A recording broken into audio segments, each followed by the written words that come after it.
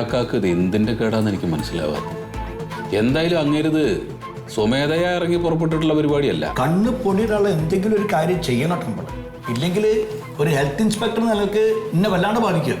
നമുക്ക് അതായത് ഈ തൊഴിലുറപ്പ് സ്ത്രീകളുണ്ടല്ലോ, ആ തൊഴിലാളികളെ വിളിച്ചിട്ട് നമുക്ക് ആ തോടിന്റെ പരിസര പ്രദേശങ്ങളൊക്കെ ഒന്നങ്ങോട്ട് ചെത്തിക്കോരി വൃത്തിയാക്കാം.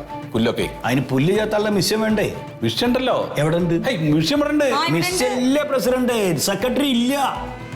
അപ്പൊ ഇവിടെ ഉണ്ടായിരുന്ന എവിടെ പോയി? അത് സ്റ്റാൻഡിംഗ് കമ്മിറ്റി ചെയർമാന്റെ വീട്ടിൽ പുല്ലെത്താൻ പോയിട്ട് പിന്നെ ഇങ്ങോട്ട് വന്നിട്ടില്ല സാധനം. പിന്നെ കൊണ്ടുവന്നിട്ടില്ല.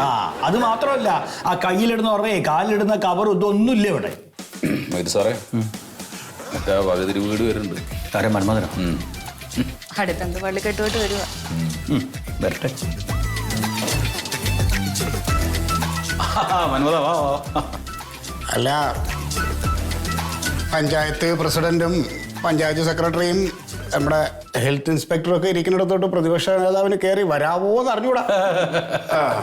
എന്നാലും കാണേണ്ടവരെല്ലാരും ഒരിടത്ത് തന്നെ ഉണ്ട്. നന്നായി. എന്നെ കൂടുതൽ ഇരുത്താൻ നോക്കണ്ട. കുറെ ഇരുന്നിട്ടുള്ളവനാ ഞാൻ ഇവിടെയൊക്കെ. ഇവിടെ ഒരു തോട് വൃത്തിയാക്കണ കാര്യം പറഞ്ഞിരുന്നു നമ്മൾ തമ്മില്. അതിന്റെ കാര്യം എന്തായി? നമ്മൾ ശുചീകരണ പ്രവർത്തനങ്ങളെ പറ്റിയിട്ടുള്ള ചർച്ചകൾ നടത്തിക്കൊണ്ടിരിക്കുകയാണ്. ഇവിടെ എന്താ സംഭവിക്കുന്ന വെച്ചാല്, നമ്മൾ പ്രവർത്തനങ്ങൾ ആലോചിച്ച് വരുമ്പോഴേക്ക് മഴക്കാലം അങ്ങോട്ട് തീർന്നു പോവുക. അപ്പൊ മഴയാണ് കുഴപ്പക്കാരൻ. മഴയാണ് കുഴപ്പം. നമുക്ക് ചെയ്യാൻ പറ്റുന്ന ഒരു പണി മഴ വരുന്നതിന് മുമ്പേ നമ്മൾ ഊർജിതമായിട്ട് പ്രവർത്തനങ്ങൾ തുടങ്ങുക. അപ്പൊ പഞ്ചായത്ത് ഇപ്പൊ തീരുമാനിച്ചിട്ടുള്ള കാര്യം, മഴക്കാലത്തിന് മുമ്പേ ശുചീകരണ പ്രവർത്തനങ്ങൾക്ക് വേണ്ടിയിട്ട് ഒരു 15,000 രൂപ ആദ്യ ഗഡു എന്നുള്ള നിലയ്ക്കാണ് നീക്കി വെച്ചിട്ടുണ്ട്. 15,000 രൂപ ആദ്യ ഗഡു എന്നുള്ള നിലയ്ക്ക് നീക്കി വെച്ചിരിക്കുകയാണ്. ആർക്ക്? ഓരോ വാർഡിനും.